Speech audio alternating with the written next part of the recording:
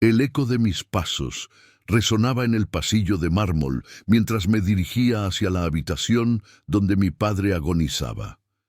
Llevaba 30 años sin verlo, 30 años desde aquella noche que cambió todo para siempre. Pero lo que estaba a punto de confesarme en su lecho de muerte haría que todo el odio que había cultivado hacia él se desvaneciera como humo en el viento. Antes de continuar, suscríbete ahora mismo y no te pierdas las historias que cambiarán la forma en que ves la vida. Era marzo de 1953 cuando todo comenzó.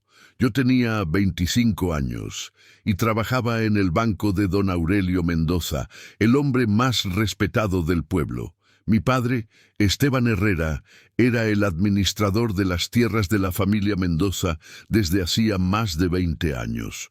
Nuestra familia gozaba de una posición privilegiada en San Rafael de las Flores, ese pueblo perdido entre montañas donde todos se conocían y los secretos parecían imposibles de guardar. La casa donde había crecido olía siempre a jazmín y café recién molido. Mi madre, doña Carmen, mantenía los pisos de madera tan brillantes que podían usarse como espejos. Los domingos por la mañana, después de misa, toda la familia se reunía en el comedor principal, donde el mantel bordado de mi abuela cubría la mesa de caoba que había pertenecido a los Herrera durante 3 generaciones. Recuerdo perfectamente esa mañana cuando llegué temprano al banco. El aroma del café recién hecho se mezclaba con el olor a papel y tinta que siempre impregnaba la oficina. Don Aurelio me había citado para revisar unas cuentas que, según él, no cuadraban. Sus ojos grises, siempre tan penetrantes, me observaron con una intensidad que me puso nervioso. Llevaba su traje de lana gris perfectamente planchado y sus manos, adornadas con un anillo de oro con el escudo familiar, tamborileaban impacientes sobre el escritorio de nogal. Los números no mentían. Faltaban exactamente 50,000 pesos de las cuentas principales. Una fortuna en aquellos tiempos, suficiente para comprar 5 casas en el pueblo o mantener a una familia durante 10 años.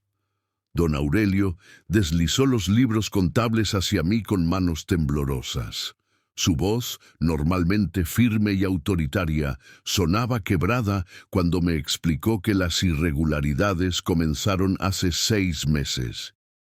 Exactamente cuando mi padre había empezado a manejar también las finanzas de la hacienda. El aire en la oficina se volvió denso, casi irrespirable.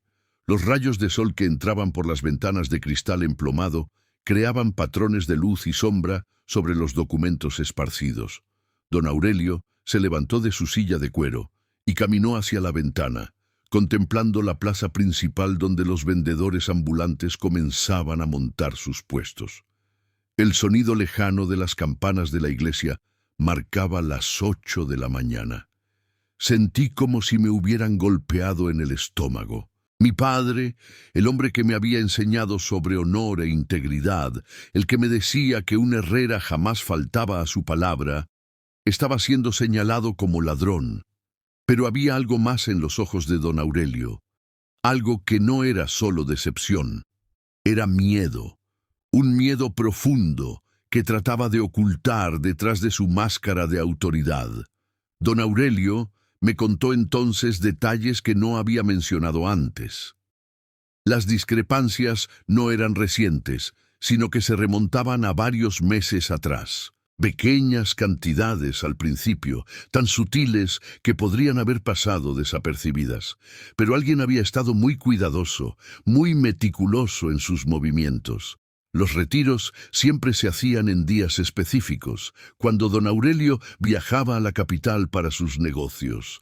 Los documentos estaban firmados con la autorización de mi padre, pero algo en la caligrafía le parecía extraño. Esa tarde, cuando regresé a casa, encontré a mi padre en su estudio, rodeado de papeles desperdigados por el suelo. Su camisa blanca estaba arrugada y tenía manchas de sudor bajo los brazos. La luz dorada del atardecer entraba por las cortinas de encaje, creando un ambiente casi teatral en la habitación. Los libros de contabilidad estaban abiertos sobre su escritorio, junto a una botella de brandy medio vacía que nunca antes había visto en esa casa. Al verme entrar, intentó recomponer su postura, pero ya era demasiado tarde. Yo había visto el pánico en sus ojos. Había notado cómo sus manos temblaban mientras intentaba ordenar los documentos. El hombre que siempre había sido mi ejemplo de fortaleza y rectitud parecía haber envejecido 10 años en una sola tarde. Le pregunté directamente sobre el dinero faltante. Su respuesta fue un silencio que se extendió como una mancha de aceite entre nosotros. Los únicos sonidos en la habitación eran el tic-tac del reloj de péndulo que había pertenecido a mi abuelo y el crepitar de los leños en la chimenea. Luego, casi en un susurro, me pidió que confiara en él, que todo tenía una explicación, pero que no podía contarme nada todavía. Sus manos, siempre tan seguras, temblaban mientras encendía un cigarrillo. Esa noche, la casa entera parecía haber cambiado. Los pasillos que conocía de memoria se sentían extraños, amenazantes. Mi madre había preparado la cena como siempre, pero nadie tenía apetito. El silencio en la mesa del comedor era tan espeso que podría cortarse con cuchillo. Doña Carmen nos miraba alternativamente a mi padre y a mí, como si supiera que algo terrible estaba sucediendo, pero no se atreviera a preguntar. Los días siguientes fueron un infierno. Don Aurelio me presionaba para que obtuviera información de mi padre. Sus preguntas se volvieron más específicas, más urgentes. Quería saber sobre las rutinas de mi padre, sobre sus amigos, sobre cualquier cambio en su comportamiento durante los últimos meses. Yo me debatía entre la lealtad hacia mi jefe, que me había dado oportunidades que otros jóvenes del pueblo jamás tendrían, y la lealtad hacia mi padre, que me había criado con amor y sacrificio. Los rumores comenzaron a extenderse por el pueblo como pólvora. San Rafael de las Flores era un lugar donde las noticias viajaban más rápido que el viento. En la panadería de Doña Esperanza, en la cantina de Jacinto, en la plaza después de misa, todos hablaban de lo mismo. Los Herrera, la familia que siempre había gozado de respeto y admiración, ahora era objeto de susurros y miradas curiosas. La gente susurraba cuando pasábamos por la plaza. Algunos desviaban la mirada, otros nos observaban con una mezcla de lástima y morbo. Don Ramón, el barbero, que siempre había sido amigo de mi padre, ahora lo saludaba con frialdad. Las señoras que antes paraban a charlar con mi madre en la salida de misa, ahora se limitaban a un saludo cortés y distante. Mi madre, doña Carmen, se enfermó de los nervios y no salía de su habitación. La escuchaba llorar por las noches, y durante el día permanecía en cama con las cortinas corridas, rechazando la comida que le llevaba y negándose a recibir visitas. El médico del pueblo, don Alberto, vino a verla varias veces, pero sus medicinas no podían curar el dolor de ver cómo se desmoronaba la reputación de su esposo. El peso de la vergüenza familiar cayó sobre mis hombros como una losa de granito. En el banco, mis colegas me trataban con una cordialidad forzada que era peor que la hostilidad abierta. Podía sentir sus miradas cuando creían que no me daba cuenta. Podía escuchar sus conversaciones que se detenían abruptamente cuando yo entraba en una habitación. Una semana después, don Aurelio me llamó nuevamente a su oficina. Esta vez no estaba solo. Junto a él se encontraba el capitán Morales, jefe de la policía local. El uniforme verde oliva del capitán parecía absorber toda la luz de la habitación. Sus botas negras brillaban como espejos mientras caminaba de un lado a otro. Era un hombre robusto, con bigote espeso y manos grandes que no paraban de moverse.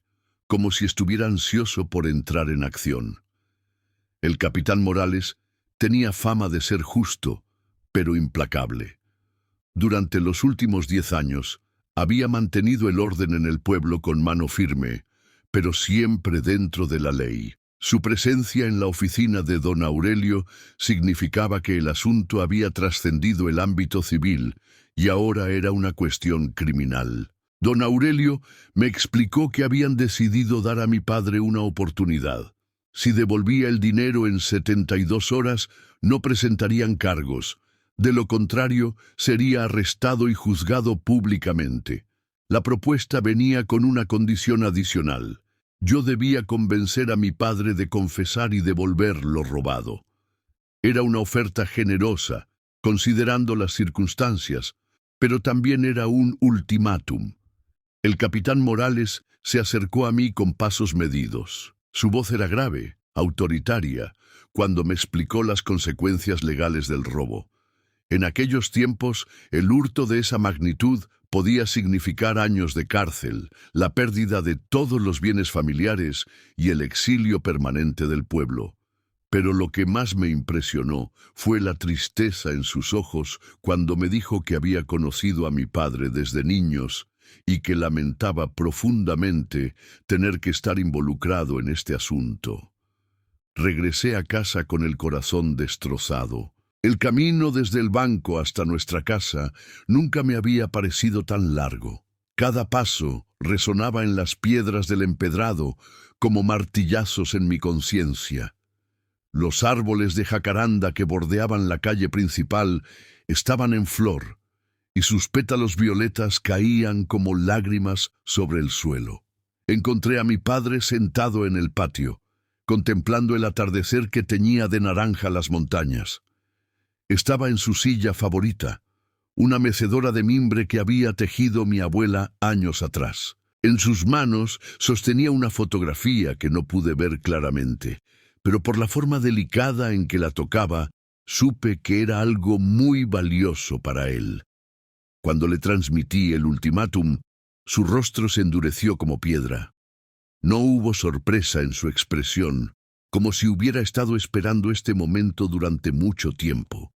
Me miró fijamente y por primera vez en mi vida vi lágrimas en sus ojos. Pero no eran lágrimas de miedo o desesperación, sino de una tristeza profunda, ancestral, como si llevara cargando un dolor secreto durante años. Mi padre se levantó lentamente de su mecedora y caminó hacia el jardín donde mi madre cultivaba rosas y geranios. Se detuvo junto a la fuente de piedra que él mismo había construido cuando yo era niño. El agua brotaba suavemente del centro, creando pequeños remolinos que reflejaban las últimas luces del día. Permaneció allí durante largos minutos, como si estuviera tomando una decisión que cambiaría nuestras vidas para siempre. Esa noche no pude dormir. Los grillos cantaban su sinfonía nocturna mientras yo daba vueltas en la cama, tratando de entender cómo habíamos llegado a esa situación. Mi padre, mi héroe de la infancia, se había convertido en un extraño. O quizás yo nunca lo había conocido realmente. Los recuerdos de mi infancia comenzaron a parecer mentiras, construcciones idealizadas de un niño que no podía ver los defectos de su padre. Me levanté varias veces durante la noche para ir a su habitación, pero siempre me detenía frente a la puerta. Podía escuchar que él también estaba despierto, podía oír el crujir de las tablas del piso mientras caminaba de un lado a otro. En algún momento de la madrugada, escuché que salía de la casa. Desde mi ventana lo vi caminar hacia el establo, donde guardaba su caballo. Pero no se montó en él.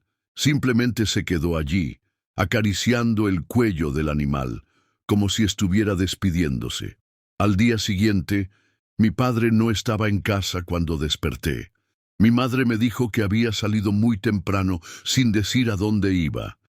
Tenía los ojos hinchados de llorar y sus manos temblaban mientras me servía el desayuno. Me contó que mi padre había estado toda la noche en vela, escribiendo cartas que luego quemaba en la chimenea.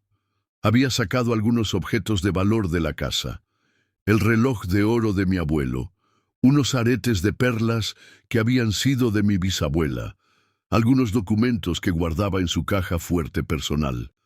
Pasé todo el día esperando, con una angustia que me carcomía por dentro como un ácido. Fui al banco, pero no podía concentrarme en el trabajo. Don Aurelio me observaba constantemente, esperando noticias. Sus preguntas se volvieron más insistentes conforme avanzaba el día. Quería saber si mi padre había dicho algo, si había hecho algún movimiento sospechoso, si había intentado contactar con alguien fuera del pueblo. Al atardecer, regresó con una maleta de cuero en la mano y una expresión de determinación que no le había visto antes. Era una maleta vieja, gastada por los viajes, que había pertenecido a mi abuelo durante sus tiempos de comerciante. La ropa que llevaba puesta estaba arrugada y polvorienta, como si hubiera viajado por caminos de tierra durante horas. Me pidió que nos reuniéramos en su estudio, cerró la puerta con llave y corrió las cortinas, sumiendo la habitación en una penumbra dorada. El aire olía a tabaco y a los libros viejos que llenaban las estanterías hasta el techo. Se dirigió hacia la caja fuerte empotrada en la pared, detrás de un retrato de mi abuelo que siempre había estado allí. Nunca antes había visto abrir esa caja fuerte, y su simple existencia me resultaba sorprendente. Mis ojos se abrieron como platos cuando sacó fajos de billetes perfectamente ordenados, 50,000 pesos exactos. El dinero que supuestamente había robado estaba allí, en nuestra casa. Los billetes eran nuevos, crujientes, como si acabaran de salir del banco. Estaban organizados en fajos de 1,000 pesos cada uno, atados con ligas de goma, y cada fajo tenía una pequeña etiqueta escrita a mano con fechas que correspondían a los días en que supuestamente se habían realizado los robos. Pero entonces ocurrió algo que jamás podré olvidar. Mi padre tomó los billetes y, sin decir una palabra, los arrojó al fuego de la chimenea. Las llamas devoraron el dinero mientras yo gritaba, tratando de detenerlo. Era como ver quemar el futuro de nuestra familia, la posibilidad de redención que teníamos al alcance de las manos. El olor a papel quemado llenó la habitación, y las cenizas flotaron en el aire como copos de nieve negra. Él me sujetó con fuerza. Sus manos apretaron mis brazos con una desesperación que nunca había visto en él, y me susurró al oído algo que me heló la sangre. El dinero nunca había sido robado, sino plantado para incriminarlo. Su aliento olía a whisky y a miedo, y su voz temblaba mientras me revelaba una verdad que cambiaría todo lo que creía saber sobre mi padre, sobre don Aurelio, sobre nuestro pueblo aparentemente pacífico. Don Aurelio había descubierto que mi padre tenía conocimiento de ciertos negocios turbios que el respetable banquero manejaba con políticos corruptos de la capital. Contratos inflados para la construcción de carreteras que nunca se terminaron, tierras compradas a precios irrisorios, a campesinos desesperados para ser vendidas después al gobierno por 10 veces su valor, sobornos millonarios que fluían como ríos subterráneos entre las oficinas gubernamentales y el banco de don Aurelio. Mi padre había sido testigo silencioso durante años, guardando documentos, tomando notas, recolectando pruebas sin que nadie lo sospechara. Su posición como administrador de las propiedades de los Mendoza le había dado acceso a información que podría destruir no solo a don Aurelio, sino a toda una red de corrupción que se extendía hasta los más altos niveles del gobierno estatal. La trampa había sido perfecta en su simplicidad cruel. Don Aurelio había colocado el dinero faltante en nuestra casa durante una de sus visitas sociales, aprovechando un momento en que mi padre estaba atendiendo a los trabajadores en el campo. Había falsificado las firmas en los documentos de retiro, imitando la caligrafía de mi padre con una precisión que solo alguien que había estudiado su escritura durante años podría lograr.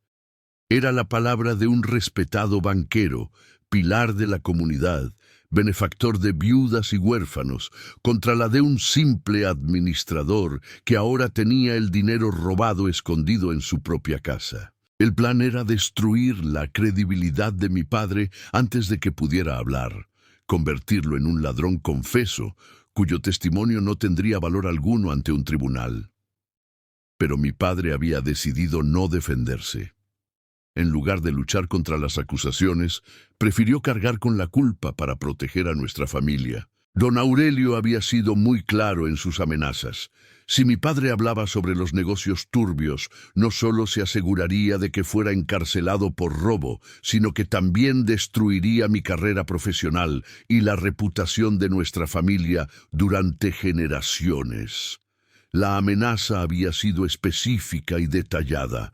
Don Aurelio tenía contactos en todos los bancos de la región.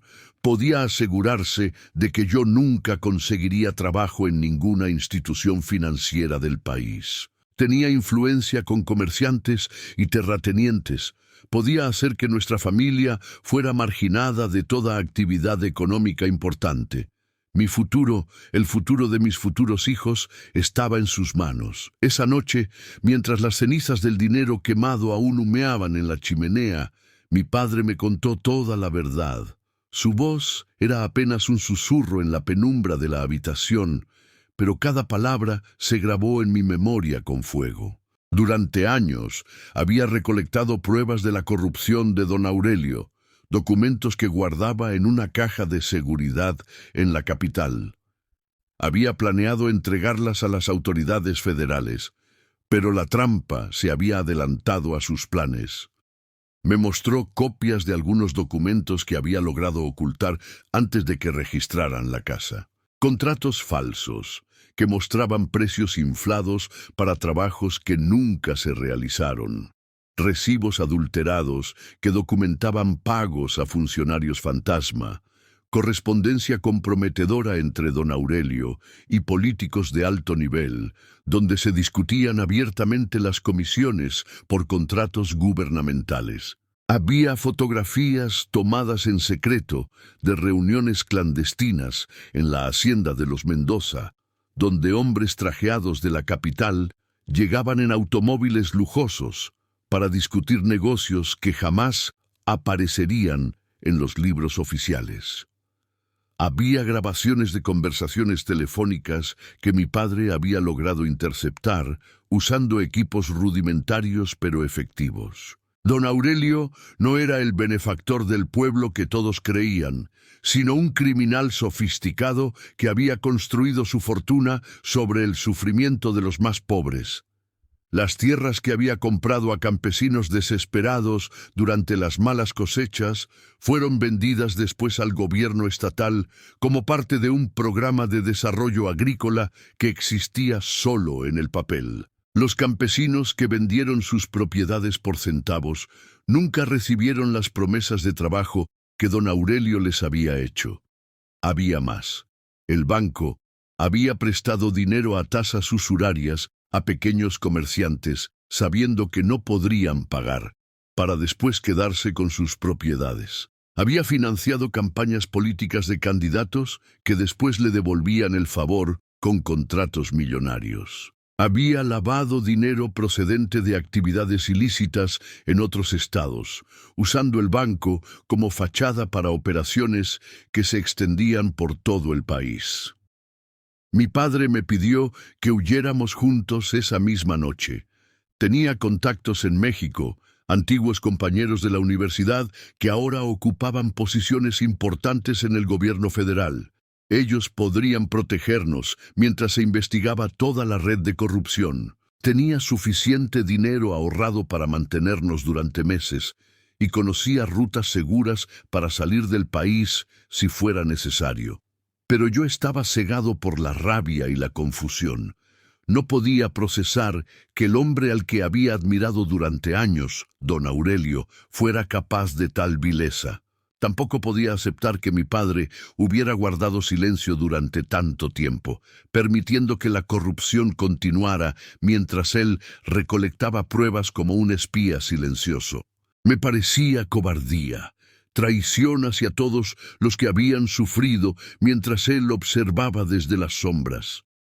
En un momento de locura, alimentado por años de admiración mal dirigida hacia don Aurelio, le grité que era un cobarde, que había permitido que don Aurelio pisoteara nuestro honor familiar, que prefería cargar con la vergüenza de ser hijo de un ladrón antes que huir como un fugitivo. Las palabras salieron de mi boca como dagas envenenadas, y cada una de ellas atravesó el corazón de mi padre como si fuera de papel. Su rostro se descompuso cuando escuchó mis acusaciones. Las lágrimas corrieron por sus mejillas arrugadas mientras trataba de explicarme que todo lo que había hecho había sido para protegerme, para asegurar que yo tuviera un futuro mejor que el suyo. Pero yo no quería escuchar. Estaba demasiado herido, demasiado confundido para entender que a veces el verdadero valor requiere sacrificios que otros no pueden ver. Esa fue la última conversación real que tuvimos.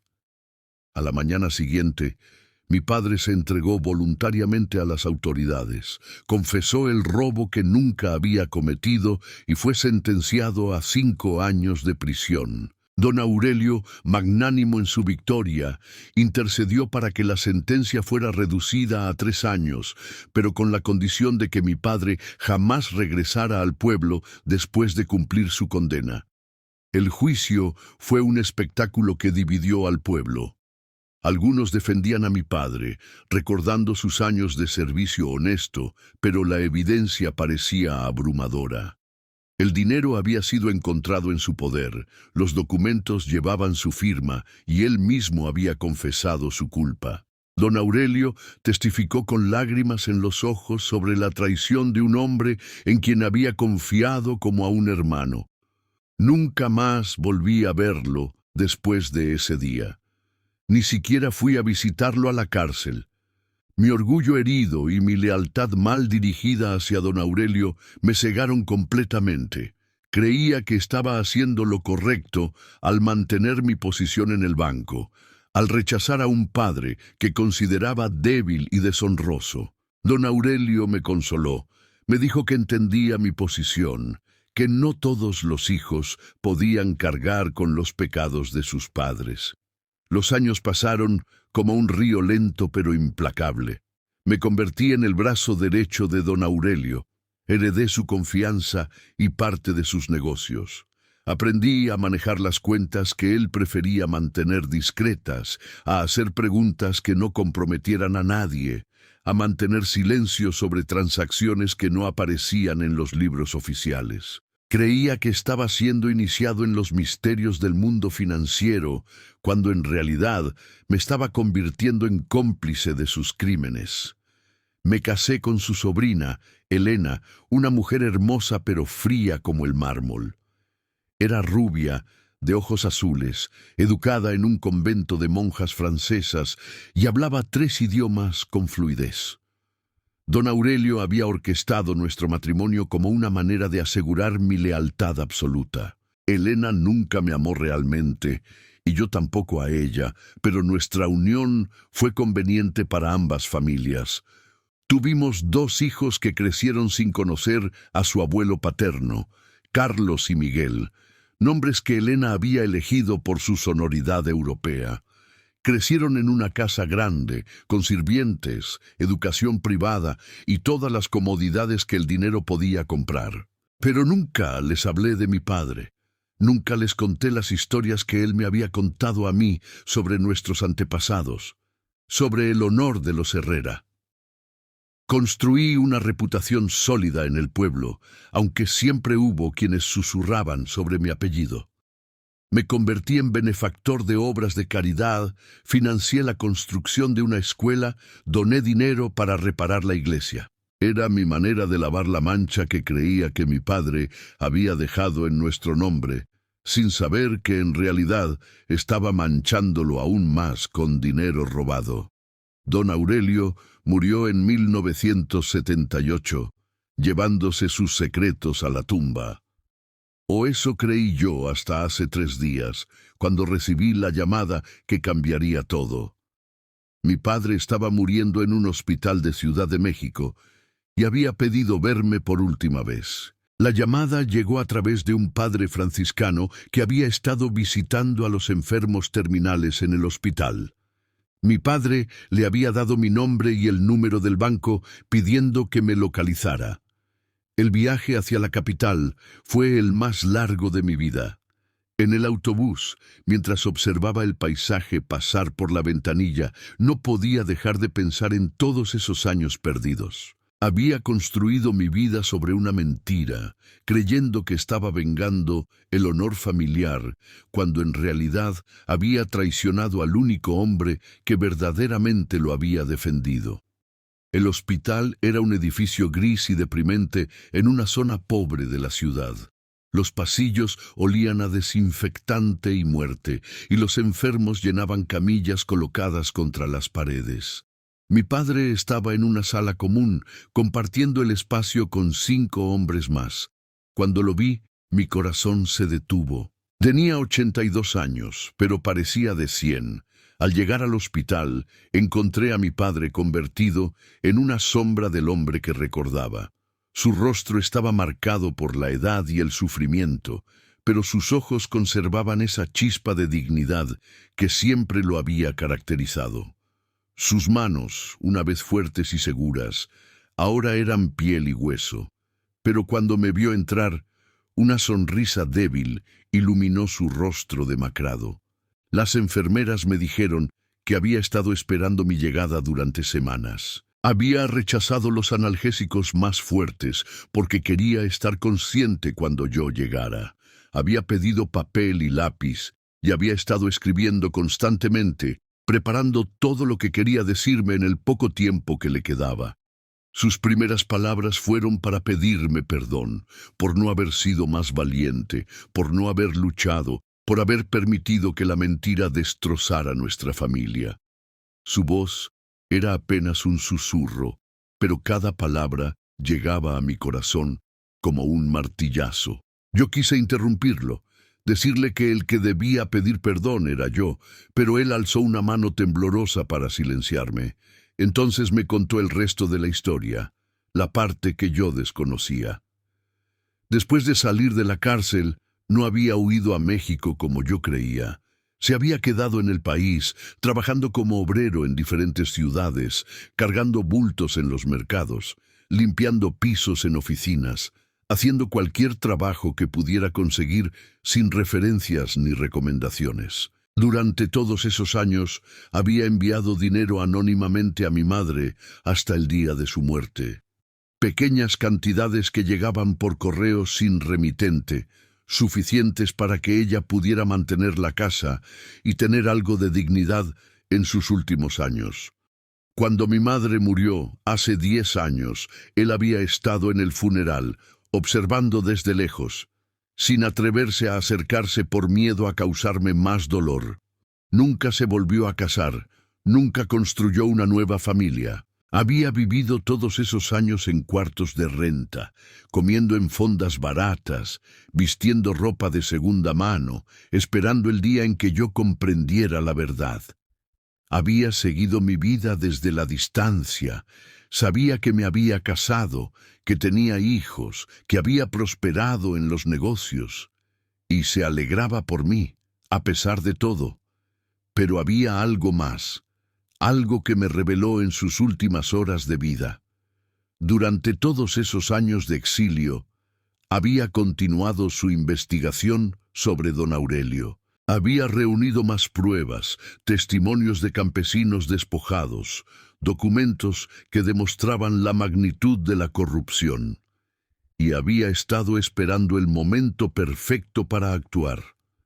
Había contactado periodistas de investigación, había establecido comunicación con funcionarios honestos del gobierno federal, Había construido una red de contactos que podrían actuar cuando llegara el momento oportuno. Todo mientras trabajaba de día como obrero y de noche como investigador secreto, gastando sus pocos ahorros en viajes, sobornos menores para obtener información, copias de documentos. Ese momento había llegado 3 años atrás, cuando don Aurelio cayó enfermo de cáncer. Mi padre regresó secretamente al pueblo y comenzó a hacer contactos con periodistas de la capital. Su plan era revelar toda la verdad después de la muerte del banquero, para que la justicia pudiera actuar sin que don Aurelio pudiera defenderse o tomar represalias contra las familias inocentes que habían sido sus víctimas. Pero la enfermedad lo había vencido antes de que pudiera completar su misión. El cáncer de pulmón, producto de años fumando cigarrillos baratos y viviendo en cuartos mal ventilados, se había extendido más rápido de lo que esperaba. Los médicos le dieron 6 meses, pero él había luchado durante 2 años, manteniéndose vivo por pura fuerza de voluntad, esperando poder completar su venganza. Los documentos estaban escondidos en una caja de seguridad en un banco de la capital, junto con una carta dirigida a mí. En esa carta me pedía que terminara lo que él había comenzado, que limpiara el nombre de nuestra familia y que hiciera justicia por todos los que habían sufrido bajo el yugo de don Aurelio. Me explicaba paso a paso cómo acceder a toda la información, qué contactos usar, cómo proceder de manera segura.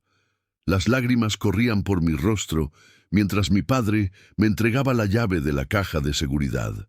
Era una llave pequeña, dorada, que llevaba colgada al cuello durante todos esos años. Sus manos, ahora tan frágiles, temblaban mientras me explicaba dónde encontrar todo. El banco estaba en el centro histórico de la ciudad. Era una institución pequeña, pero confiable, donde había depositado no solo los documentos, sino también fotografías, grabaciones y testimonios escritos de docenas de víctimas. Me pidió que no lo juzgara por haber tardado tanto en actuar, que entendiera que había preferido cargar con la infamia antes que poner en peligro a su familia. Pero ahora que don Aurelio estaba muerto, ahora que yo era un hombre maduro, con recursos y contactos propios, era el momento de que la verdad saliera a la luz. Me suplicó que no cometiera el mismo error que él, que no guardara silencio por miedo o conveniencia. Mi padre me contó entonces detalles específicos sobre víctimas que yo conocía. Don Roberto, el comerciante que había perdido su tienda por no poder pagar un préstamo con intereses usurarios, se había suicidado 2 años después de perder todo.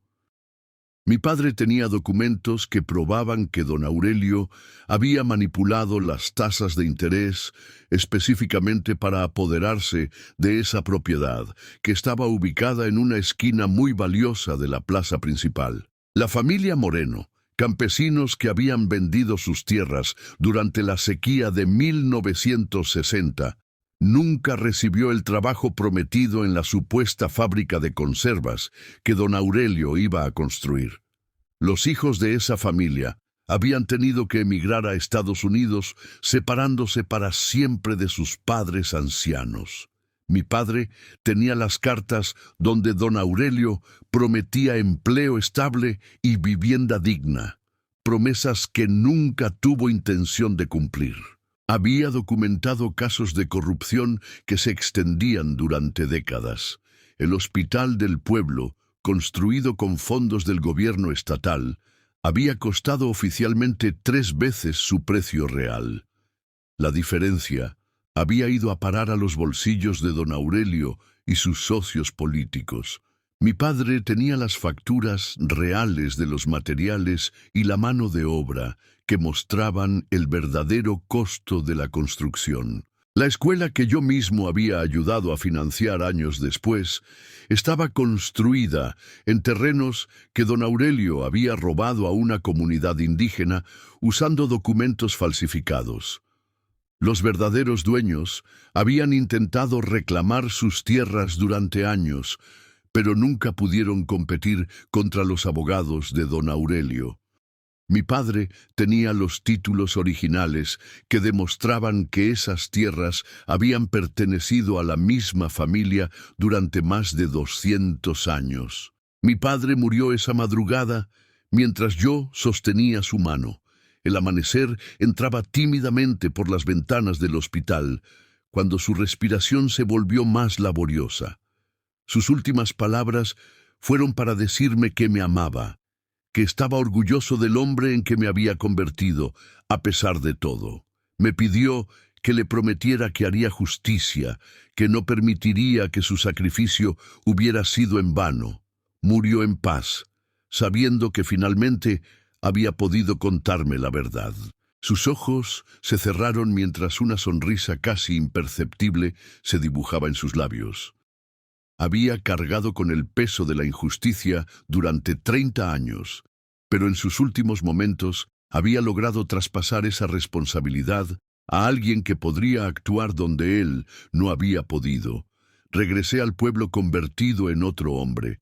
El viaje de regreso fue una meditación dolorosa sobre todos los años perdidos, sobre todas las oportunidades desperdiciadas de conocer realmente a mi padre. Cada kilómetro me alejaba del hospital, pero me acercaba a una verdad que cambiaría no solo mi vida, sino la historia entera de San Rafael de las Flores. La caja de seguridad contenía todo lo que mi padre había prometido. Años de investigación meticulosa, pruebas irrefutables de la corrupción de don Aurelio, pero también documentos que implicaban a otras personas respetables del pueblo. El alcalde, el juez local, incluso el párroco habían recibido dinero de don Aurelio a cambio de su silencio o complicidad. Había cartas escritas de puño y letra por don Aurelio donde explicaba detalladamente sus métodos de extorsión. Había fotografías de reuniones secretas donde se repartían sobornos como si fueran regalos de cumpleaños. Había grabaciones de conversaciones telefónicas donde don Aurelio coordinaba el despojo de tierras con funcionarios gubernamentales. Pero también había algo más personal. Fotografías de mi familia, recortes de periódicos sobre mi boda, sobre el nacimiento de mis hijos, sobre mis logros profesionales. Mi padre había seguido mi vida durante todos esos años, coleccionando cada pequeño momento de felicidad que había tenido, guardándolo como tesoros en esa caja de seguridad junto a las pruebas de su inocencia. Encontré cartas que había escrito para mí, pero nunca había enviado. En una de ellas, fechada el día de mi boda, me felicitaba por haber encontrado el amor y me deseaba la felicidad que él nunca había podido tener. En otra, escrita cuando nació mi primer hijo, me daba consejos sobre la paternidad. Me decía que los niños necesitan padres presentes, no solo proveedores exitosos. Había una carta especialmente dolorosa, escrita cuando mi madre murió. En ella me explicaba cómo había querido acercarse a mí en el funeral, cómo había estado a punto de revelar la verdad ese día, pero había decidido no hacerlo para no empañar el dolor de la despedida con revelaciones que podrían haberme destrozado en ese momento de vulnerabilidad. Cumplí con el último deseo de mi padre. Entregué toda la documentación a las autoridades federales y a los periódicos más importantes del país. Pero no lo hice de manera impulsiva, sino siguiendo cuidadosamente el plan que él había diseñado durante años. Contacté primero a los periodistas que él había identificado como confiables, personas que tenían experiencia en casos de corrupción y que no se dejarían intimidar por presiones políticas. El escándalo fue mayúsculo, pero tardó meses en desarrollarse completamente. Los periódicos publicaron la historia en entregas, revelando gradualmente la magnitud de la red de corrupción. Cada nueva revelación causaba más conmoción que la anterior. El pueblo que había vivido durante décadas bajo la sombra benévola de don Aurelio descubrió que había sido víctima de uno de los esquemas de corrupción más sofisticados de la región. La fortuna de don Aurelio fue confiscada por el gobierno federal. Sus propiedades fueron vendidas en subasta pública y el dinero fue usado para crear un fondo de compensación para las víctimas de sus fraudes. Las tierras robadas fueron devueltas a sus legítimos dueños, aunque muchos de ellos ya habían muerto sin ver justicia. El banco fue cerrado temporalmente, mientras las autoridades investigaban todas las transacciones de los últimos 20 años. Docenas de funcionarios fueron arrestados, desde empleados menores hasta políticos de alto nivel. La red de corrupción se extendía hasta la capital del estado y algunas conexiones llegaban hasta el gobierno federal. Yo perdí todo en el proceso, pero también lo recuperé todo. Mi esposa Elena me abandonó cuando se reveló la verdad sobre su tío. No podía aceptar que el hombre que había financiado su educación europea, que había pagado por su vestido de novia, que había sido la figura paterna que nunca tuvo, fuera en realidad un criminal despiadado. Se llevó a nuestros hijos a vivir con unos parientes en España y nunca regresaron. Mis hijos, Carlos y Miguel, ya adultos en ese momento, tardaron años en comprender y perdonar. Al principio, me culparon por destruir la imagen que tenían de su abuelo adoptivo, por manchar el nombre de la familia, por causar el exilio forzoso de su madre. Pero gradualmente, conforme fueron entendiendo la magnitud de los crímenes de don Aurelio, comenzaron a valorar el coraje que había requerido revelar la verdad. Tuve que vender la casa donde había vivido durante décadas, la misma casa donde don Aurelio había plantado el dinero para incriminar a mi padre. Tuve que dejar el banco donde había trabajado toda mi vida adulta, donde había aprendido un oficio que ahora estaba manchado por la complicidad involuntaria con crímenes que no había sabido reconocer. Empezar de nuevo con 55 años no fue fácil. Tuve que aprender humildad, tuve que aceptar trabajos que antes habría considerado por debajo de mi posición social. Trabajé como contador en pequeñas empresas, como asesor financiero para comerciantes que necesitaban organizar sus libros, como maestro de matemáticas en escuelas rurales. Pero por primera vez en décadas pude dormir en paz. Había recuperado el honor de mi apellido, había hecho justicia por mi padre y por todas las víctimas de don Aurelio. Había aprendido que el verdadero valor no está en mantenerse en pie cuando todo va bien, sino en tener el coraje de admitir cuando nos hemos equivocado, de cambiar de rumbo cuando descubrimos que hemos estado caminando por el sendero equivocado. La revelación de la verdad cambió completamente la dinámica del pueblo. Familias que habían sido marginadas durante años por la pobreza causada por los fraudes de don Aurelio pudieron recuperar sus tierras y reconstruir sus vidas. Jóvenes que habían tenido que emigrar regresaron para trabajar las propiedades familiares. El pueblo comenzó a sanar de décadas de injusticia silenciosa. Se erigió un monumento en la plaza principal en memoria de todas las víctimas de la corrupción de don Aurelio.